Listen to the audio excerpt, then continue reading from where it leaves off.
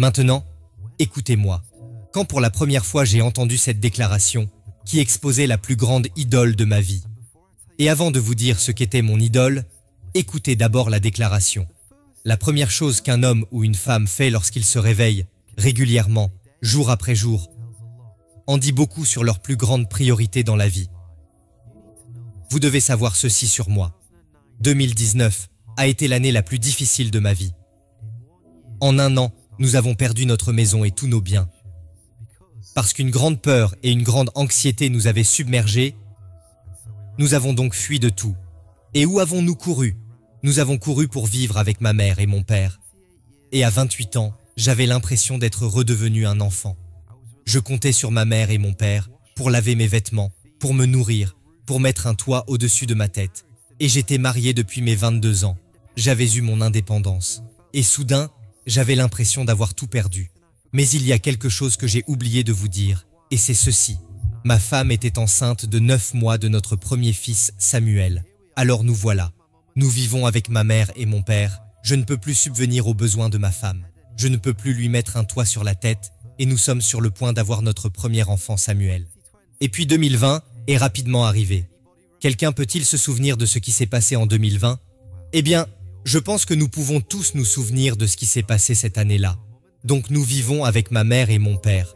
Nous sommes tous coincés ensemble pendant 1 an. Nous ne sommes capables de quitter la maison qu'une fois par jour. Emma et moi n'avons en gros que les vêtements sur notre peau. Mais je veux vous dire quelque chose. Même au cours de cette année difficile, Dieu a fait quelque chose que je n'oublierai jamais. Quelqu'un m'a donné un livre intitulé « L'homme que Dieu utilise » de Oswald Smith. Et dans ce livre, Oswald Smith décrit quelque chose appelé le rythme de la prière. C'est cette idée où vous faites les 100 pas dans une pièce, où vous vous promenez dans un jardin ou n'importe où, pour vous assurer que vous êtes capable de vous concentrer pendant que vous priez. Et j'ai donc décidé que j'allais vraiment chercher la face du Seigneur, et que j'allais essayer cette chose qu'on appelle le rythme de la prière.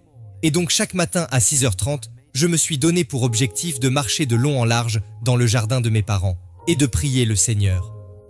Et les gars, certains d'entre vous penseront que j'étais devenu fou quand je vous dirai ça. Mais ces matins-là, je marchais avec Dieu. Je savais ce que c'était de marcher avec le Seigneur Dieu et d'avoir une communion. En fait, un matin en particulier, je me souviens, l'amour de Dieu était tellement réel, tellement tangible devant moi, que si toute la population de la terre me regardait en face et disait que Dieu ne t'aime pas, je leur dirais que vous êtes des menteurs. Parce que je sais que le Dieu du ciel m'aime dans mon entièreté. Et puis que s'est-il passé? En avril 2020, j'ai publié une vidéo. C'était en fait dans le jardin de mon père, où j'ai pris un billet de 10 livres sterling et je l'ai trempé dans l'eau de l'étang. Et vous savez ce qui s'est passé? Cette vidéo a eu beaucoup de vues en très peu de temps. Le Seigneur l'a puissamment bénie, et tout d'un coup, le grand public a commencé à regarder mes vidéos. Pendant longtemps, je n'ai pas eu beaucoup de vues sur mes vidéos.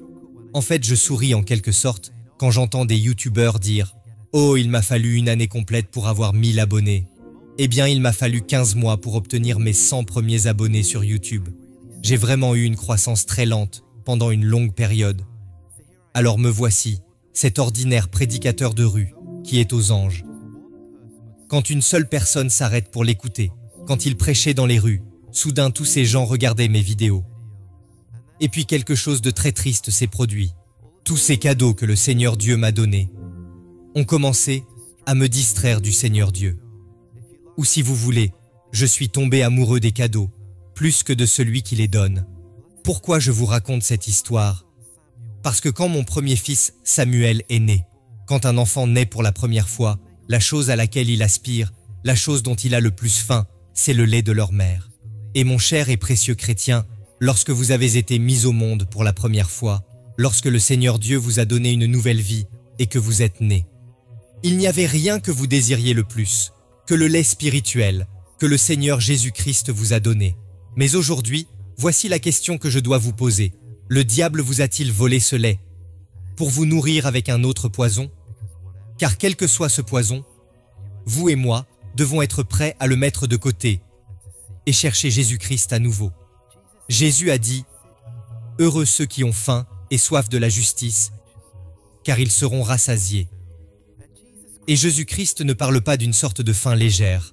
En Angleterre, nous appelons cela avoir un petit creux, où vous voulez juste grignoter pour en quelque sorte satisfaire un petit besoin de faim.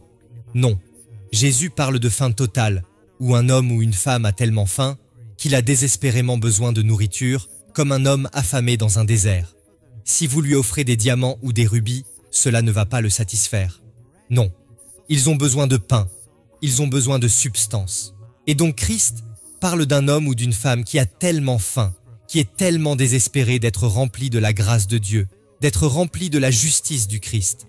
Cette personne sera comblée, cette personne sera satisfaite.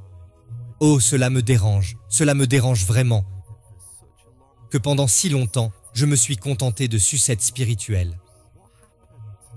Où sont passées les Rachel de la Bible, qui criaient « Donne-moi des enfants ou je meurs ». Elle savait ce que c'était, elle voulait être mère, et c'est tout ce qui la consumait. Pouvons-nous prier comme Rachel? Donne-moi le Christ ou je meurs. Donne-moi une touche de Dieu aujourd'hui ou je meurs. Je ne peux pas continuer à marcher dans ce monde, en m'absorbant moi-même dans les plaisirs de ce monde, m'absorbant moi-même dans des affaires insignifiantes quand le Dieu de l'univers est là. Et tellement je me suis contenté de pagailler dans des eaux peu profondes, quand il y a de grandes profondeurs de Dieu à découvrir. Ne pouvons-nous pas dire à quel point j'ai besoin de toi? À chaque heure, j'ai besoin de toi. Je n'ai pas seulement besoin de toi chaque minute, j'ai besoin de toi chaque seconde de chaque jour. Combien d'entre vous, en train de regarder cette vidéo, peuvent manger un repas et ensuite tenir le reste de la semaine? Combien d'entre vous, en train de regarder cette vidéo, peuvent boire juste un verre d'eau et ensuite, pendant le reste du mois, ne boivent rien d'autre? Et pourtant, c'est ainsi que nous traitons notre vie spirituelle. Juste une petite goutte d'eau vive, juste un petit peu du pain de vie, juste un petit grignotage. Et c'est tout ce dont j'ai besoin. Non. Chaque jour, nous devons continuellement nous nourrir de la parole de Dieu. Parce que je ne sais pas pour vous, mais je ne me contente plus de boire à ces systèmes brisés, qui ne retiennent pas l'eau. Je veux boire à l'eau que le Seigneur Jésus-Christ donne. Et je sais que vous voulez aussi boire de cette eau. Alors que devons-nous faire? Nous devons avoir un état d'esprit sacrificiel. Il y a une raison pour laquelle j'utilise l'illustration de l'escalade d'une montagne. Parce que chercher la face du Seigneur, chaque jour, demande des efforts, demande de la discipline. Vous voyez, quand votre réveil sonne le matin, il n'y a rien que ta chair veut de plus, que de rester au lit un peu plus longtemps, juste pour dormir encore une demi-heure.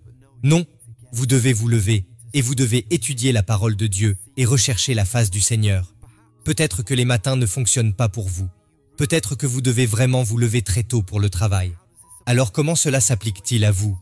Bien, lorsque vous rentrez et que vous voulez juste regarder la télévision et vous détendre, vous devez sacrifier ce temps et dire non, cette heure appartient au Seigneur Dieu. Et c'est le moment de chercher sa face. Mais pas seulement cela, nous devons permettre à Dieu de restructurer nos vies. Je me demande s'il y a quelqu'un de Chicago qui regarde cette vidéo en ce moment même. Si vous vivez à Chicago, vous vivez à côté de l'une des rivières les plus fascinantes du monde, la rivière de Chicago. Savez-vous cela, que dans les années 1800, des ingénieurs très intelligents ont en fait inversé le flux de la rivière de Chicago? En d'autres termes, cette rivière coule maintenant à rebours. Pourquoi ont-ils fait cela? Parce que c'était un moyen d'éliminer toute la pollution de la rivière. Et mes chers amis, nous devons permettre à Dieu d'éliminer toute la pollution de nos vies, pour inverser le flux de nos vies, afin que l'eau vive puisse y couler. Mais Joe, je ne suis pas sûr que tu comprennes. J'ai très peu de désir de servir le Seigneur Jésus-Christ. En fait, j'ai très peu d'appétit, j'ai très peu faim de lui. Eh bien, laissez-moi vous dire ceci. Peut-être que vous doutez d'être un vrai chrétien, mais si le pouls d'un homme est si faible, mais est toujours là, cet homme est-il toujours en vie? Bien sûr qu'il est. Et s'il y a encore un petit battement de cœur faible qui aime le Seigneur Jésus-Christ, prenez courage, vous êtes sauvés, et vous avez juste besoin de fortifier ce cœur. Vous avez besoin de vous exercer à la piété, afin qu'il puisse vous fortifier et vous ramener à une nouvelle vie, à une nouvelle énergie, où vous avez vraiment faim et soif de justice.